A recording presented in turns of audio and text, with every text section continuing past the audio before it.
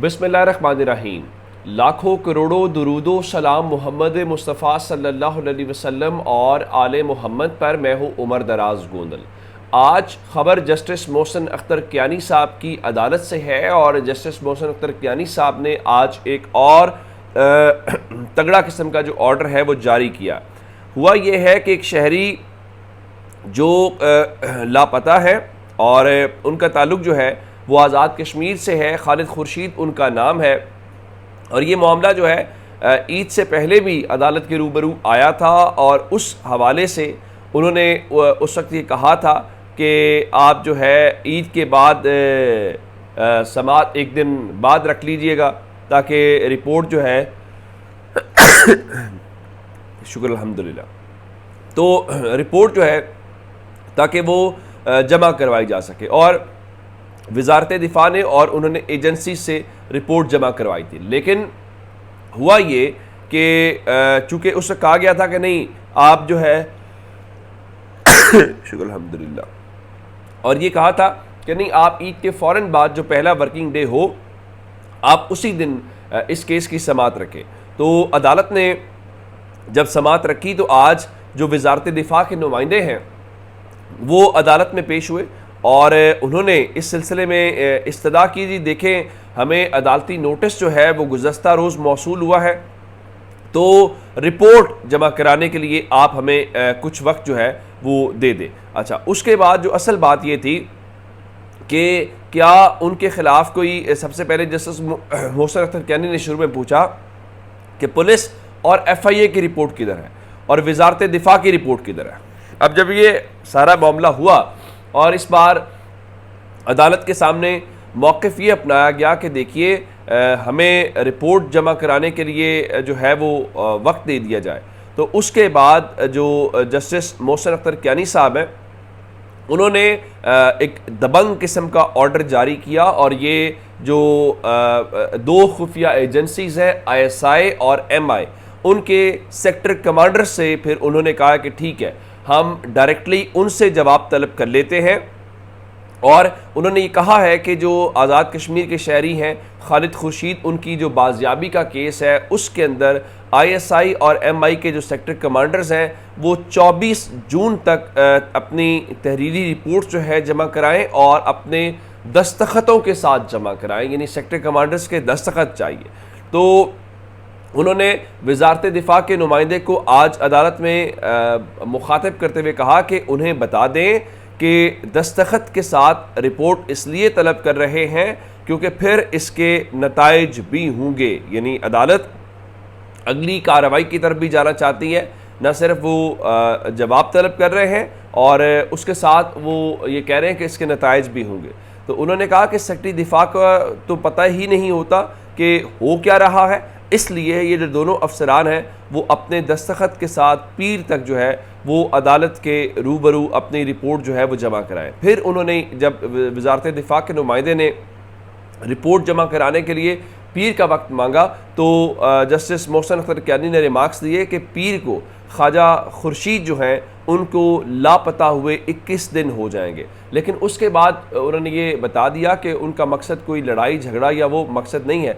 उन्होंने कहा कोई दहशतगर्दी या रियासत मुखालिफ सरगर्मी में शामिल है तो उसके ख़िलाफ़ कार्रवाई करें, मुजरमाना फ़ेल पर कार्रवाई करें तो किसी को कोई एतराज़ नहीं होगा। यानी जो ड्यू प्रोसेस बनता है उसके मुताबिक जो है वो अगर आप उसको फॉलो करेंगे तो कोई उसके ऊपर जो है वो सवाल नहीं करेगा। तो अब अगली बात जो है वो अदालत ने जब ये भी बता दिया कि आप दस्तखतों के साथ रिपोर्ट जमा कराएं, उस रिपोर्ट के नताइज होंगे, तो अदालत ने इस केस की समाअत जो है वो अब 24 जून मंडे तक जो है वो मुलतवी कर दी है।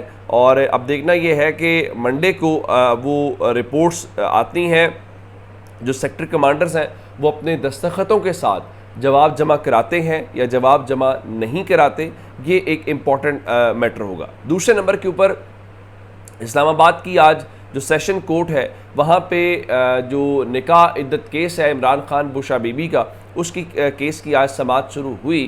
तो सबसे पहले तो तब्दीली ये आई है कि तमाम हीले बहाने एक तरफ हैं, लेकिन खावर मानिका ने इस केस के अंदर अपना जो वकील है वो तब्दील कर लिया है। और पहले जो राजा रिजवान अब्बासी थे वो बहुत कोशिश करते रहे कि किसी तरीके से अदालत में पेश ना हो या टाइम ले, तो वो मामला नहीं चला।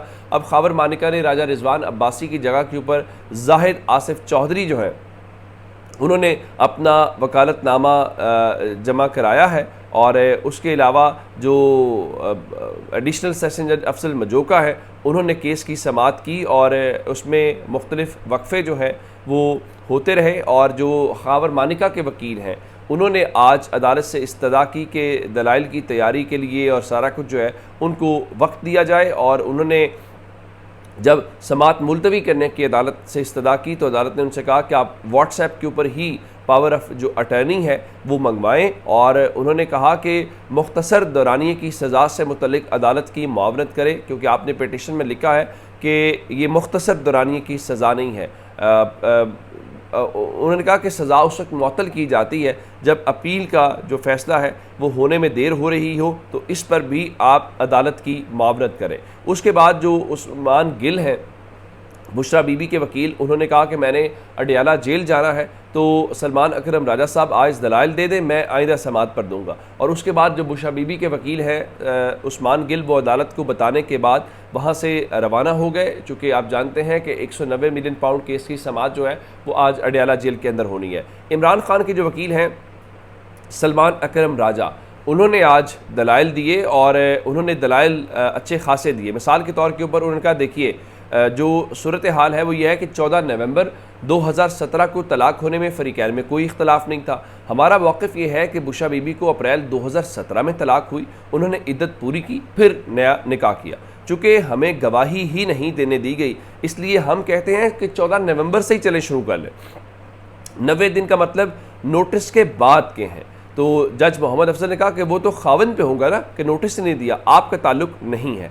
फिर उन्होंने सुप्रीम कोर्ट के उस फैसले के हवाले से बताया जिसमें ये कहा गया है कि 39 दिन है। फिर उन्होंने जो शरीयत के हवाले से कहा कि शरीयत ने 90 दिन का नहीं कहा, औरत की जो 3 माहवारियाँ हैं उसके मुतालिक ये ज़रूर कहा है। लेकिन जब उन्होंने खूब तसल्ली कराई फिर उन्होंने बताया कि कैसे 2 दिन के अंदर इस मामले के अंदर सज़ा जो है वो सुनाई गई। यानी आप यूँ कहिए कि एक दिन गवाही शुरू होती है और अगले दिन गवाही मुकम्मल हो जाती है। जो शाहरुख अर्जुमन ने जिस तरीके से केस को चलाया, तो उस चीज़ को लेके आज जो अफसल मजोका हैं उन्होंने भी बहुत हैरानगी का इजहार किया। लेकिन अब ड्रामाई तब्दीली ये है कि एक तो खावर मानिका के वकील तब्दील हो गए, नंबर 2 अब जो अफसल मजोका हैं एडिशनल जो सेशन जज हैं उन्होंने कहा है कि मरकज़ी अपीलों का जो फ़ैसला करने के लिए उनके पास डेडलाइन है अदालत का, वो 12 जुलाई तक का वक्त है, जिसका मतलब ये है कि आइंदा अगले 15-20 दिनों के अंदर अंदर उन्होंने इस केस की समाअत करनी है। और जो सज़ा मुअत्तली की दरख्वास्त है उस पर आज फ़ैसला नहीं हो सकेगा। और उसकी वजह यह है कि अभी तक जो खावर मानिका के वकील जाहिद आसिफ चौधरी हैं उन्होंने पावर ऑफ अटर्नी जमा नहीं कराया और दलाइल के लिए भी वक्त मांगा है। तो उस्मान गिल जो है वो भी चले गए हैं। तो अब देखना ये है कि उसके बाद क्या वाक़तन कोई सूरत हाल बन पाती है या ये मामला अब अगली समाअत के ऊपर चला गया। लेकिन बहरहाल चूँकि इस्लामाबाद हाई कोर्ट ने ये कहा था कि आपको 10 दिन के अंदर अंदर जो है वो फ़ैसला करना है। तो एक तो मामला हो गया ये। दूसरा एक लाहौर हाई कोर्ट से भी अहम मैटर था, जो कि लाहौर से बहुत ज़्यादा लोगों के आगे पीछे होने की ख़बरें हैं। अज़हर मिशवानी के 2 भाई जो है उनकी बाजियाबी का केस था।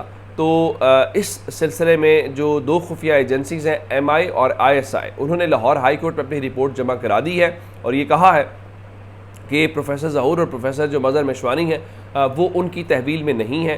तो जस्टिस शहबाज रिजवी साहब जो हैं उन्होंने पुलिस से CCTV की जायज़ा रिपोर्ट मांगी है, जिसके बाद अदालत ने अब इस केस की समाअत जो है वो पीर तक मुलतवी कर दी है।